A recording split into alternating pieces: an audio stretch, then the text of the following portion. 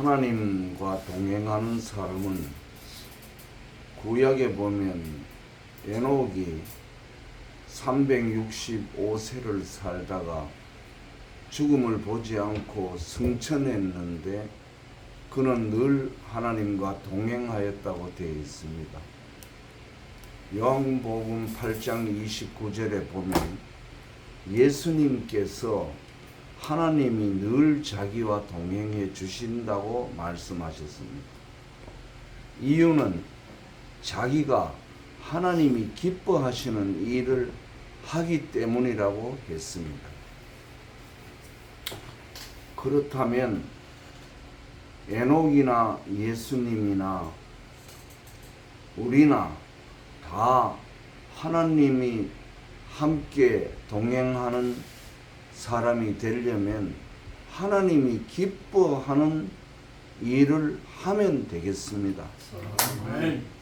하나님이 뭘 기뻐하는가?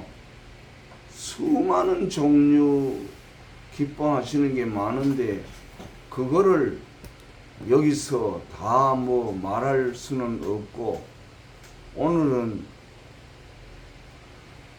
예수님 주로 하신 전도, 그 전도를 참 기뻐하신다. 전도하려고 자기가 왔다고 그랬으니까. 그러니까 하나님이 전도하는 거, 영혼 구원하는 걸 기뻐하신다. 그럼 그거에 대해서는 제가 15일날 영락교회 ROTC 예배에서 설교를 했기 때문에 전도에 대해서는 오늘은 이야기 안 하고, 오늘은 사무엘상서 15장 22절에 사무엘이 사울 왕에게 이야기한 말씀 중심으로 사울이 왜 다 멸하라는 거 안 멸하고 아말렉을 멸하라 할 때 좋은 거는 남기고 그렇게 왜 하나님 말씀 안 들었느냐고 사무엘이 꾸중을 하니까 백성들이 하나님 앞에 제사 드리기 위해서 좋은 거는 남기자고 그래서 백성의 얼굴을 두려워해서 백성들 말 듣다가 보니까 그래 됐다고 변명을 하니까 하나님이 제사보다가 하나님 말씀 순종하는 걸 더 기뻐하신다고 그렇게 책망하는 구절을 봅니다. 그러니까 하나님이 옛날에 제사가 요사이로 말하면 예배인데 하나님이 제사를 참 기뻐하시죠. 요사이 예배를 기뻐하시죠. 근데 예배보다가 더 기뻐하는 게 있다는 거예요.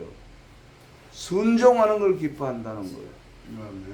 예배를 아무리 열심히 잘 드리고 제사를 아무리 잘 드려도 사울 임금처럼 말 안 들으면 그거는 소용없는 거예요.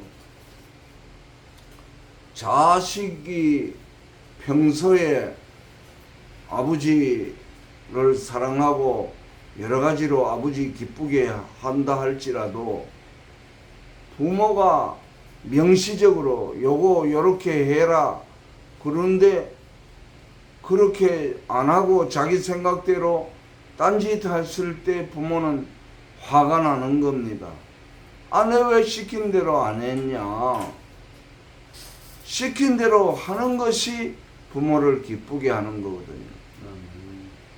그 아브라함 보고 이삭을 바치라, 외동아들 바치라는 게 이게 어마어마하게 힘든 일인데 그렇게 힘든 일을 하나님이 하라고 그래도 아브라함은 군소리 하나 안 하고 이삭을 제물로 바치려고 했을 때에 하나님이 야, 네가 진짜 이제 날 사랑하는 걸 알겠다. 그렇게 하고 어마어마한 복을 주잖아요. 그러니까 큰 일을 시킬 때는 그만큼 큰 복을 주려고 하는 거죠. 아멘. 그러니까 광화문 주권 회복 여러분 기도회를 10수년 동안 한결같이 이렇게 해나온다는 것은 대단한 거예요. 이거는 하나님이 여러분 하늘에서 엄청난 복을 주실 걸로 믿습니다. 내가 이 포천에서 여기까지 오늘 오는데 3시간 한 반 걸리는 것 같아요. 우리 집 사람이 차 운전해서 서울 이렇게 멀리까지 가는 걸 원하지 아니하고 포천 시내 차를 두고 버스를 타고 갔다 와야 자기가 걱정을 안 한다고 그래서 우리 집사람 신경 안 쓰게 순종하려고 하다가 보니까 1시간 반이면 올 거리를 3시간 반에 오는 거예요. 그럼 3시간 반에 왔다가 그럼 돌아가면 3시간 반이면 그러면 난 지금 8시 반에 간다 그래도 밤 11시 반이나 12시나 돼야 들어가는데 내 차 가지고 왔으면 간단하게 빨리 갈 수 있을 걸. 그래도 마누라 말도 순종을 해야 되겠다. 내가 새끼 밥 얻어먹고 사는데 저 사람 기분 나빠가지고 성질 내면 내한테도 안 좋으니까 그 마누라 말에도 순종하는데 하나님 말씀엔 당연히 순종을 해야죠. 하나님이 이 나라 주권 회복을 위해서 기도하라고 우리에게 원하시는 것 같고 여러분은 10수년 동안을 순종을 했으니 하늘에 가면 여러분 상급이 엄청날 거라고 믿습니다. 나 한 번 어쩌다가 한 달에 한 번 나오는 것도 힘드는데 여러분들은 매주마다 이렇게 10년이 넘도록 했으니 참 대단하신 분들입니다. 하나님이 여러분 기뻐하는 기도하고 나라를 위한 기도하고 애쓰는데 하나님이 다 기록해 놓고 후일에 복 주실 줄 믿습니다.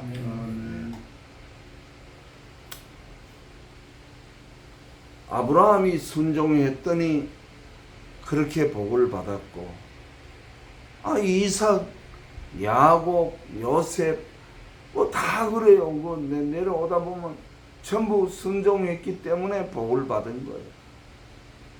예수님도 순종했으니까 하나님 우편에 앉는 복을 받았지. 십자가 지라는데 그게 보통 일입니까?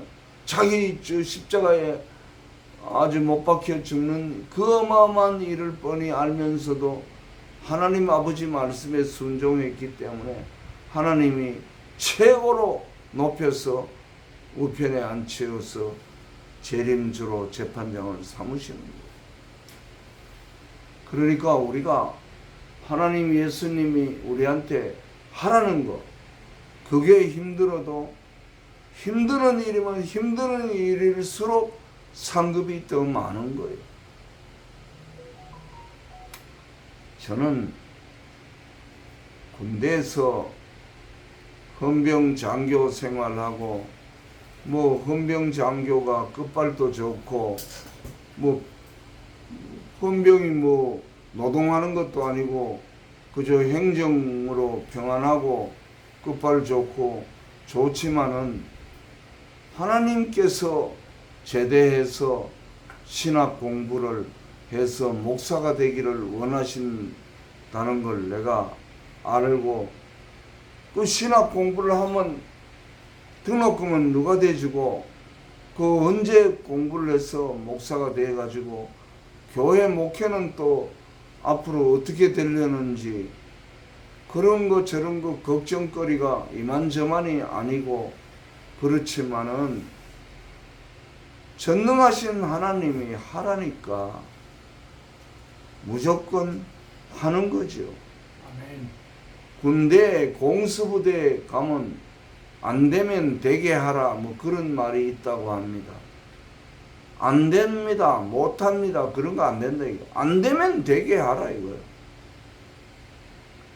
군대 1등병이 짝대기 하나 2병 보고 사반자로 주면서 야, 너 이거 가을에 무 구덩이 파는 건데 가로 2m, 세로 2m, 깊이 1m 구덩이 파. 그러면 아이 김일병님 저 혼자 사판자로 가지고 그렇게 땅을 팔려면 너무 힘듭니다. 만약에 그러면 짝대기 하나 더 많은 일병이 이 새끼가 까라면 까치 말이 많아 이놈의 새끼가 너 맞고 팔래 그냥 팔래 그러면 아유 맞고 파는 것보다는 그냥 파는 게 낫지 그래 하겠습니다. 그럼 걔가 결국 파잖아요. 안 파면 터지니까. 그럼 하나님이 우리 보고 하라는데 뭐 이러니 저러니 토달 거 없잖아. 하나님이 어른이 알아서 하게 했어요. 신학해라. 아멘. 제대하고 신학교 가가지고 시험 쳐서 합격 통지 받고 입학금 대고, 입학금은 군대 제대하기 전에 돈으로 됐는데 그 다음 아이 뭐 2학기부터 신대원은 3년을 하는데 그 어떻게 참 3년 동안 등록금은 누가 대고 어머님을 모시고 아내가 있고 자식들이 둘이가 초등학교 또 유치원 다니는데 교회 목회를 해야 뭘 먹을 걸 생기는데 아이 뭐 그 목사도 아니고 이제 신학교 1학년 갓 입학한 사람한테 누가 교회를 맡기고 어떻게 그 뭘로 먹고 살고 이런 거 저런 거 생각하면 앞이 캄캄하고 막막하지만은 하나님이 하라는 대로 무조건 입학을 한 거예요. 그런데 그때 제가 원주 버스터미널 옆에 원주 장로교회 유세림 목사님 그분한테 한번 생각이 나서 갔더니 그 신학교 입학했는데 목회를 해야 되지 않느냐고. 그렇죠. 목회를 해야 되는데 뭐 이제 입학한 사람을 누가 뭐 불러주나요? 그랬더니 그러면 여기 횡성 가다가 원주여 장량리라는데 내가 개척하다가 나도 나이도 많고 또 그까지 들어가기도 힘들어서 그렇게 그 사람들 보고 이 원주 시내 교회 나오라 그러니까 거기 할아버지 한 분이 몸이 약한 사람이라서 이까지 나올 수도 없고 그 할아버지하고 그 부인 할머니하고 둘이서 거기 4평 반 된 조립식 담장으로 이렇게 해서 스레트만 올리고 그런 둘이서 기도하고 있는데 그럼 거기라도 가려느냐고. 뭐 거기라도 하나님이 보내시면 가야지요. 그러면 한번 가보자. 그래가지고 갔어요. 갔더니 할아버지는 병원에서 죽다가 다 동네 사람들이 죽는다고 그랬는데 겨우 살아나온 지 이제 뭐 얼마 안 됐고 할머니하고 둘이서 있는데 교회가 이게 뭐 교회인지 시골 화장실 변소인지 뭐 조립식 담장 4평 반 끼워 넣어가지고 스레트 덮어놨는데 이런 여름에 얼마나 스레트가 달고 온도가 올라가는지 한 40도 올라가는 것 같더라고. 교인은 할아버지하고 할머니 둘이요.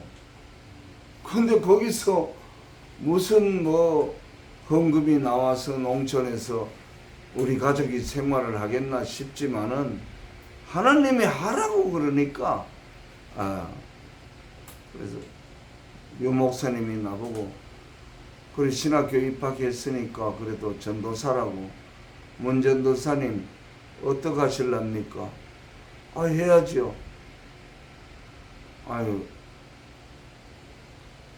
어떻게 그렇게 여기 있어봤자 이 뭐 사례비도 많이 안 나오고 한 달에 성미 쌀 2말 하고 우리 교회에서 2만원, 저 서울에 무슨 교회에서 2만원 뭐 이런 식으로 다 거두어 가지고 10만원 사례비 드리는데 그 10만원 가지고 생활이 힘들 텐데 어떡하실래요?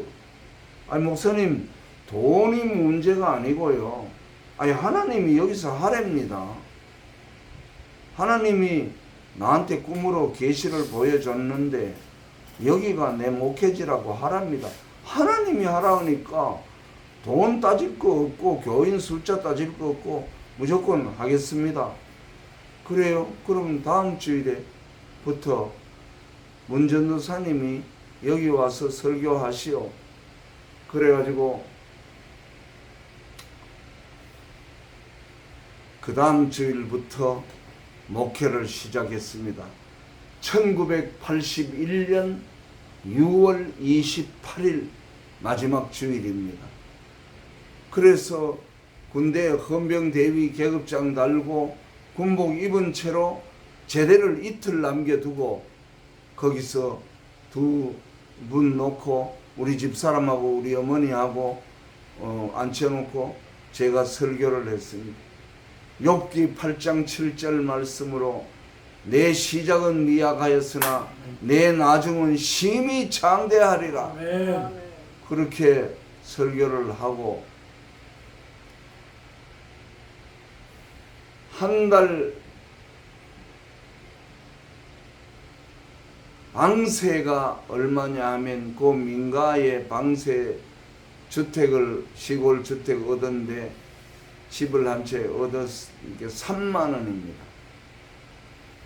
그 다음에 10만 원 받아서 3만 원 주면 7만 원 남는데 11조 만원 하고 나면 6만 원 남고 주일 헌금 우리 가족들 1만 원 하고 나면 5만 원 남고 그 5만 원 가지고 매주일마다 장로회 신학대학원에 여기 공부하러 올라오는 차비가 고속버스 차비가 4번 올라오는데 한 번에 5,000원씩 한 달에 2만 원 나가고 그러면 3만 원 남습니다.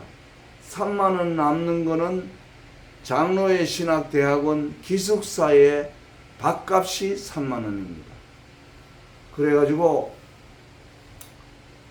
딱 나가고 나면 돈이 10원도 집사람한테 줄 돈이 없어. 우리 집사람은 시장을 갈 수도 없어요. 뭐 돈이 있어야 가지. 그러니까 우리 초등학교나 유치원 다니는 애는 과자 하나 사줄 수가 없어요. 근데 그래도 뭐 시골이니까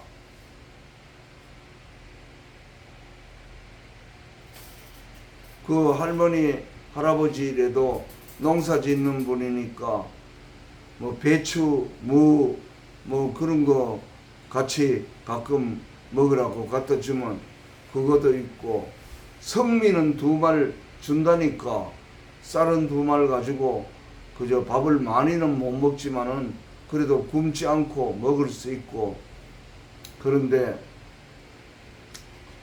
그래 우리 집사람이 내가 생각해 보면 그렇게 젊은 여자가 돈 한 푼 시장 볼 돈도 없는데도 한 번도 내한테 돈 얘기 불평한 적이 없어요. 지금까지. 그 당신은 왜 돈 얘기 안 하느냐 그러면 아니 뻔하게 아는데 돈 얘기 한들 당신이 내한테 줄 수도 없는 걸 아는데 이야기 하면 뭐 하느냐 이거야. 자기 시장 안 가면 그만이지. 그러니까 애들 학교 가면 도시락을 싸주는데 반찬을 싸줄 게 없으니까 맨날 콩을 이렇게 버지기에다가 이렇게 밑에를 뚫고 콩을 부어가지고 물 주면 콩나물이 자라는 거, 콩나물 뽑아가지고 맨날 그걸로 반찬을 해서 애들 주면 이게 콩나물이 통통하게 반찬이 됐는데 학교 가서 점심시간에 애가 뚜껑을 열어보면 이게 물이 빠져나와가지고 실락기 같은 그런 것만 남는데요. 그래 어떻게 뭐 없는데 뭐 어떻게. 그렇게 하고 우리 집 사람이 맨날 콩나물만 해주기 곤란하니까 들판에 나가서 메뚜기를 잡아가지고 병에다 넣고 이래서 한 병 잡아 들어가지고 그러면 그걸 볶아가지고 메뚜기를 반찬으로 애들 도시락 반찬을 넣어주니까 그 시골이지만은 그래도 시골에 다른 집 애는 계란 후라이도 해오고 뭐 다른 반찬도 사오는데 쟤는 맨날 메뚜기 아니면 콩나물 반찬이 그래도 좀 창피했대요. 우리 큰 아들은 지금 멕시코 선교사 나가 있는 아들은 초등학교 1학년 때부터 좀 창피하지만 어쩔 수가 없었고 그 밑에 동생은 그 군대 있을 때는 유치원 다니다가 글로 가니까 시골에 뭐 유치원도 없고 그냥 동네에서 노는데 애들이 껌을 씹다가 다 씹으면 단물 다 빨아먹고 퇴 뱉으면 그 애가 갈 때까지 기다렸다가 껌을 씹고 싶은데 돈 사달라 소리는 못하고 돈이 없는 걸 아니까 그 껌 흙 묻은 껌을 주워가지고 물에다가 씻어서 자기가 씹었다고. 내가 그 소리를 듣고 얼마나 울었는지 몰라. 과거에 내가 너 아빠한테 그 껌 사달라고 그랬으면 내가 어떻게든 한 자루는 사줄 텐데 야 남이 버린 집다 버린 그걸 더러운 걸 씻어가지고 내가 참 그렇게 내가 울었다고. 근데 그 딸애도 지금 뭐 시집가서 외손자 둘이 아들 둘이 낳고 미국에 가서 신랑이 개척교회 하는데 그 외손자 둘은 미국의 중고등학교에 다니고 미국 시민권자가 되어 있죠. 그래 내가 이렇게 참 생각을 해보면 그 시절이 그 어떻게 내가 살았을까 싶은데 어느 날 내가 친구 원주 시내에 있는 친구 전도사가 놀러 왔길래 저녁밥을 집사람 보고 좀 차리라고 했더니 콩이 한 밥의 절반이고 밥이 절반이고 그래서 대접을 하고 간 다음에 여보 오늘따라 어떻게 밥에 콩이 그래 많아 그랬더니 내일 아침 먹을 쌀이 없어요. 바닥에 있는 거 딸딸 끓여서 쌀이 모질해서 콩을 섞어서 했다는 거. 내일 아침 먹을 쌀이 없다는데 시골에서 뭐 교인들이라 그래봤자 그 뭐 동네 할아버지 할머니 그 간 초신자 뭐 한두 명 그 뭐 우리 집 사정을 아는 사람은 아무도 없고 없어도 없다 소리도 안 하고 그러는데 내일 아침 먹을 쌀이 없다니까 나는 굶는 거는 그렇지만은 애들은 어쩌고 어머님은 어쩌느냐 그런 생각이 드는데 뭐 이 밤에 그런 소리 하니 뭐 내가 어쩌겠어요. 돈도 없지만은. 그들 아침에 새벽에 기도를 갔다가 집에 왔는데 마루에 쌀이 한 자루가 있네. 난 지금도 누가 갖다 놓은지도 몰라. 이거는 하나님이 까마귀를 통해서 엘리야를 먹여 살렸듯이 아마 그렇게 아니겠나 그런 생각이 들어요. 근데 우리 어머니가 70이 넘으셨는데 몸도 약하신데 교회 밑에 이렇게 경사진 언덕길을 내려오시다가 쭉쭉 미끄러져서 팔을 짚었는데 이 팔이 동강 부러져 버렸어. 이걸 참말로. 그래가지고 사례비 한 달 10만 원을 받았는데 기부스하는데 10만 원이 다 들어. 다음 달은 굶어야 될 판이야 지금. 그런데 우리 어머니가 애통해 하시면서 아이고 이 아들 전도사 한 달 생활비를 이 내가 실수를 해가지고 내가 다 까먹었으니 이 일을 어쩌갈꼬. 그래도 또 어떡하겠어요. 뭐 이미 그렇게 된 거. 그런데 저녁이 어두운데 여기 전도사님 계십니까? 그래서 어두운데 누가 뭐 이 밤에 나를 찾아오겠나 싶어서 문을 여니까 밖에 어두운데 군인 장교가 한 분이 서 있는데 저는 원주 군사령부에서 근무하는 뭐 중령이라든가 뭐 소령이라든가 뭐 그러는데 자기 이름은 이야기 안 하고 또 제가 들으니까 우리 ROTC 후배가 문원순 전도사님이 여기 장량리에 들어와서 개척교회를 한다고 어렵게 한다고 그런 얘기를 전해 들었는데 이게 원래부터는 우리 직책수당이라는 게 신설이 돼 가지고 나오는데 제가 오늘 그 직책수당 10만 원을 처음으로 탔는데 이거는 전도사님한테 갖다 드려야 되겠다는 마음이 생겨가지고 왔으니까 이거 받으라고 던져놓고는 가버린 거예요. 여보세요. 성함이라도 말씀을 좀 해주세요. 아실 거 없습니다. 아실 거 없어요. 이름 성함이라도 아실 거 없어요. 그냥 가버려. 지금도 그분이 누군지 나는 모르는 거예요.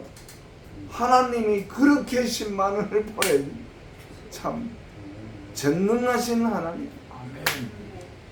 그 이제 7월 달이 이제 방학이 되고 그래서 집에 와서 있는데 이게 당장 9월 달부터 2학기 등록금이 없어서 이 등록금을 어떡하나 걱정이 되는데 등록금이 뭐 한두 푼이 아니고 그때 당시에 적어도 큰 돈인데 뭐 전혀 돈이 없는 상태인데 하나님이 꿈에 안동에 가서 안동교회 김광현 목사를 만나라 꿈에. 그래서 안동에 무작정 가서 목사님 하나님이 목사님 만나라고 해서 왔습니다. 그래? 하나님이 왜 나를 만나라고 그랬을까? 알았어. 안동 우체국 앞에 가면 사진 현상하는 성광칼라 현상소라고 거기 서대교 집사라고 있어. 그 서대교 집사가 며칠 전에 내한테 자기가 회갑 때까지 신학생 10명을 등록금을 대주려고 목표를 세웠는데 목사님 신학생 하나 소개해달라고 그랬던 기억이 난다. 그거 찾아가 봐라. 그래 갔더니 그분이 예 제가 그랬습니다. 문전도사님 신학대학원 졸업 맡을 때까지 3년 동안은 등록금은 제가 다 대드릴게 걱정하지. 등록금이 싹 해결이 된 거야. 할렐루야. 참 그러니까 이게 하나님 말씀에 앞이 캄캄해도 순종만 했더니 안 굶기고 살 길을 열어주셨어요. 1981년 6월 달부터 목회를 해가지고 지금까지 2023년까지 42년 동안에 단 한 끼도 굶은 적이 없어. 하나님이 내 자식도 한 끼도 굶이지 않았어. 어떻게든지 하나님이 다 먹였어. 전능하신 하나님이에요. 순종하면 다 해결됩니다. 뭘 먹을까 입을까 마실까 걱정할 거 없어. 하나님 하라는 대로만 하면 이 책임은 하나님이 다 지는 거예요. 뭐 순종한 얘기 하려면 오늘 아마 밤새워야 될 거예요. 나는 하나님이 내한테 뭐 이거 해라 그러면 앞뒤 안 보고 무조건 아멘 하고 밀어붙여 버리는 거예요. 내일이 어떻게 됐든 모레가 어떻게 됐든 앞이 캄캄해도 하나님이 해라 그러면 무조건 해치워 버리는 거예요. 인간인지라 아이고 이게 될까? 하나님 하라 그랬어 하긴 해야 되는데 현실을 볼 때 이게 될까? 이게 베드로가 물 위를 걸으라고 그럴 때에 풍랑이 있는 걸 보니까 무서워서 빠져갈 때에 예수님이 손을 내밀어 건져주면서 믿음이 적은 자여 왜 의심하였느냐 그러잖아요.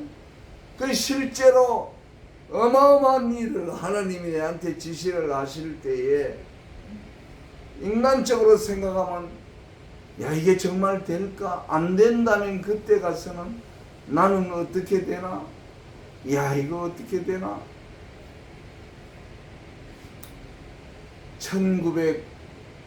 1991년 12월 한 20일경인데 문헌순 목사 이번에는 김영삼이를 대통령 된다고 전하라. 아니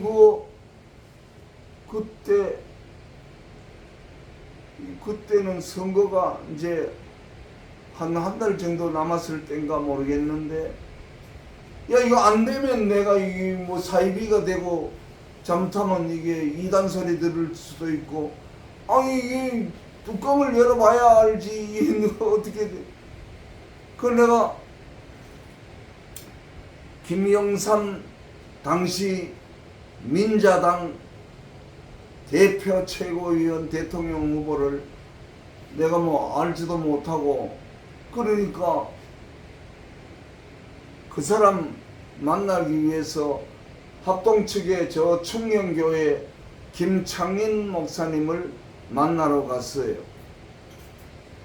그래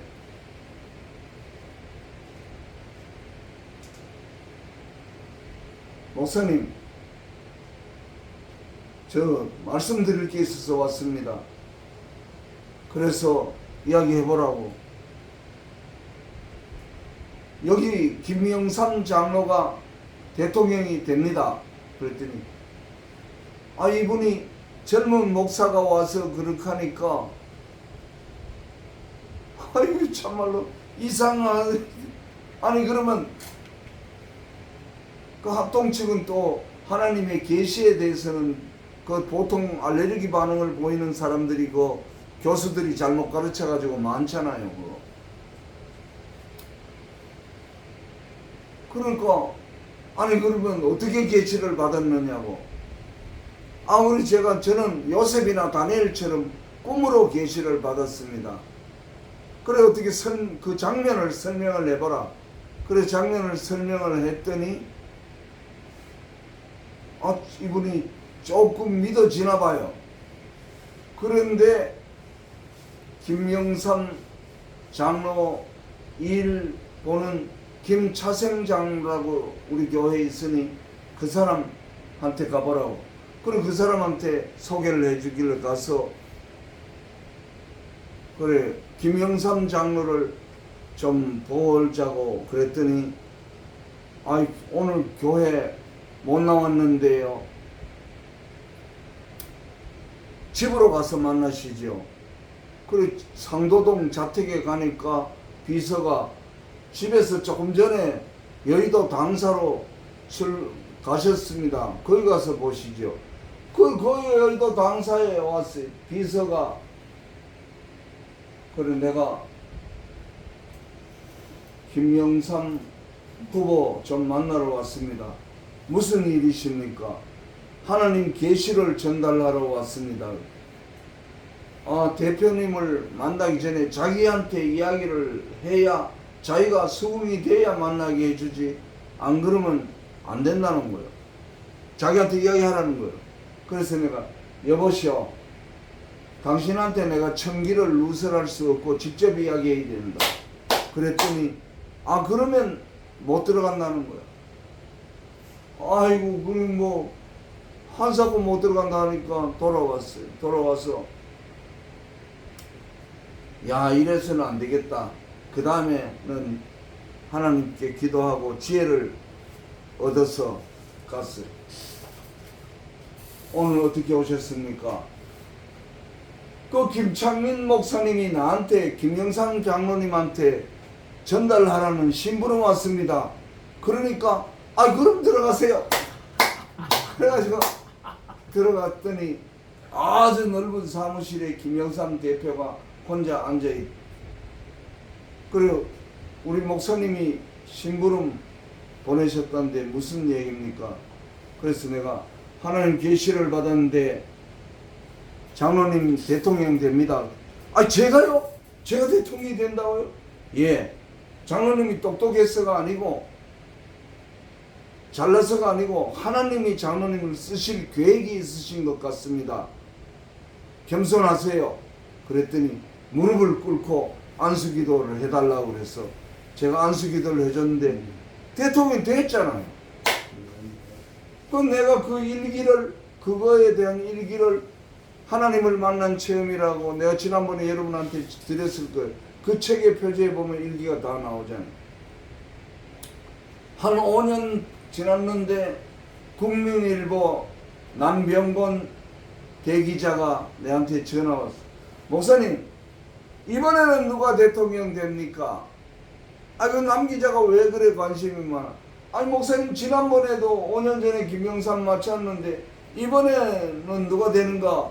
목사님 좀 이야기해 주십시오. 난 모르는데 아직 기도해 봐야 되겠어. 그래 기도를 해서 하나님, 이번엔 누굽니까? 하나님의 위대하심을 드러낼 전로의 찬스인데 가르쳐 주십시오. 그랬더니 이번에는 김대중이다. 김대중 후보를 내가 그렇게 대통령 후보들이 바쁜데 만날 수가 없는가? 어떻게? 그걸 가만히 생각하니까 호남 사람이니까 호남 사람 중에서 그분하고 잘 통할 수 있는 사람을 통해서 만나는 게 빠르겠다 싶어서 국민일보의 노승숙 장로가 여의도 순복음교회 장로인데 그 호남분이고 옛날에 그때 당시에 국민일보 회장이었는데 그분이 제가 계시를 정확하게 받는 걸 알기 때문에 그분을 찾아가서 이번에 김대중 대통령 되는데 전달하겠다 그랬더니, 목사님, 내가 김대중 후보하고 잘 알아도 그분 저보다가 더 잘 통하는 사람한테로 안내하겠습니다. 그래가지고 저를 데리고 신원 에벤에셀 그룹의 박성철 회장 사무실로 저를 데리고 갔는데, 박성철 회장님이 자기 회장 자리에 나를 앉히고 자기도 귀엽고 옆자리에 앉는다고 그래서 회장님 왜 이러시냐고, 아무리 그래도 목사님 회장 자리에 앉아서 말씀하시라고 그래가지고 이야기를 했더니 저보다도 더 잘 바로 통할 수 있는 분한테로 안내하겠습니다. 또 자기 차를 태우더니만은 연세대 앞에 창천감리교회 박춘학 목사님 감독 글로 데려갔어요. 이분이 여기 이희호 여사가 여기 장로님이기 때문에 바로 통합니다. 그래가지고 박춘학 감독이 새파란 자기 아들 같은 젊은 목사가 와서 계시받았다니까 그 장면을 이야기하라고 그래서 쫙 이 장면을 이야기했더니 이분이 또 그제서야 믿어지는지 내일 새벽 6시까지 일로 오라고 그래가지고 그 이튿날 새벽 6시까지 갔더니 자기 옆자리에 나를 태우고 전속력으로 새벽에 밟아가지고 목사님 다 왔습니다. 내리세요. 그러길래 내려보니까 일산의 김대중 대통령 후보 자택이더라고. 그래가지고 현관에 보니까 이 아침 6시인데 신발 벗어놓을 틈이 없을 정도로 사람이 이른 아침에 꽉 차게 거실에 와 앉아있는데, 그러나 한쪽 구석에 비집고 들어가서 앉아있는데 이희호 여사가 나오더니만은 오늘 여기 문원순 목사님 오셨으면 들어오시고 나머지 분들은 오늘은 전부 돌아가세요. 오늘은 문원순 목사님 한 분으로 끝냅니다. 그러니까 거기 온 사람들이 다 일어서서 가더라고. 그 나온 이희호 여사 방에 들어갔더니 목사님 어떻게 계시를 받았는가 장면을 한번 얘기해 달라고 쫙 얘기해 주니까 믿어지는가 봐. 아니 목사님, 근데 김대중 후보 제 남편인데요 못 만납니다. 제가 제 남편인데도 얼굴 못 본 지 한 달 넘었습니다. 이 대통령 후보라는 게 이게 얼마나 바쁜지 전국에 유세하고 다니면서 호텔에 자고 그러니까 마누라도 만날 수가 없습니다. 나도 못 만납니다. 대통령 후보 비서실장이 성북구 국회의원 유재건 의원이라고 그 옆에 비서실장으로 따라다니는데 제가 그 유 의원한테 연락을 할 테니까 유 의원하고 통하고 만나시죠. 그래서 내가 유 의원 통하니까 목사님 내일 시청 앞에 롯데호텔 1층 페닌슐라 커피숍에서 오후 3시에 좀 만납시다. 됩니까? 그래서 예. 그래서 나갔더니 유재건 의원을 만났어요. 장로라고 그래 자기가. 그럼 목사님 자기한테 좀 이야기하시죠. 그래서 내가 하나님 계시 장면을 쫙 이야기하면서 여대로 하면 김대중이가 되지만은 여대로 안 하면 하나님이 이해창이한테 넘긴다고 그랬습니다. 똑바로 할 수 있습니까? 예, 제대로 전달하겠습니다. 그랬더니 나중에 뚜껑을 여니까 김대중 대통령이 당선됐잖아요. 그러니까 내한테 딱 일바따로 감사장 보냈더라고. 그거 감사장 복사한 거 내가 하나님 만난 체험 그 책에 표지에 실어놨잖아, 여러분. 그 후에 김대중 대통령 청와대에 되고 난 다음에 청와대 직원들한테 설교하려고 청와대에서 불러가지고 제가 가서 설교하고 그것도 나와 있고, 옛날에 한나라당 국회의원들 여의도 조창기도에 설교한 그것도 나와 있고, JP는 자민련 총재할 때 부총재들하고 최고위원회 하다가도 상계동 승리교회 문원순 목사가 왔습니다. 비서가 그러면 회의를 중단하고 들어오라고 그래가지고 내가 들어가면 목사님 이번에 어떤 일로 오셨습니까? 예. 이 지금 이번에 대통령 후보에 대해서 그 하나님 계시가 왔는데 내가 이렇게 한문으로 적어 줄 테니까 내가 한 다음에 잘 한번 해석을 해보세요. 그렇게 하고 나왔는데 집에 왔는데 그날 밤에 하나님께서 JP가 못 깨닫고 있으니 네가 다시 가서 가르쳐 풀어줘라. 그래가지고 내가 가서 JP한테 이번에 이 사람은 대통령 후보가 안 됩니다. 내가 그랬더니 아유 목사님 그 두 사람은 우리 당의 대통령 후보 1순위입니다. 우리 당의 대통령 후보 1순위인데 그 사람들이 안 되다니요. 몰라요. 나는 모르겠고 하나님이 하여튼 이 두 사람은 안 된다고 그랬습니다. 난 그것만 전달합니다. 그랬어요. 아이고, 후보 1순위가 최형무 의원인데 그때 최형무가 갑자기 중풍으로 쓰러져가지고 휠체어를 타면서 대통령 후보 경선을 포기하는 거예요. 그 다음에 김윤환인데 김윤환이가 안 나온다고 선언을 해버리니까 그 다음에 이해창이한테로 넘어가더라고.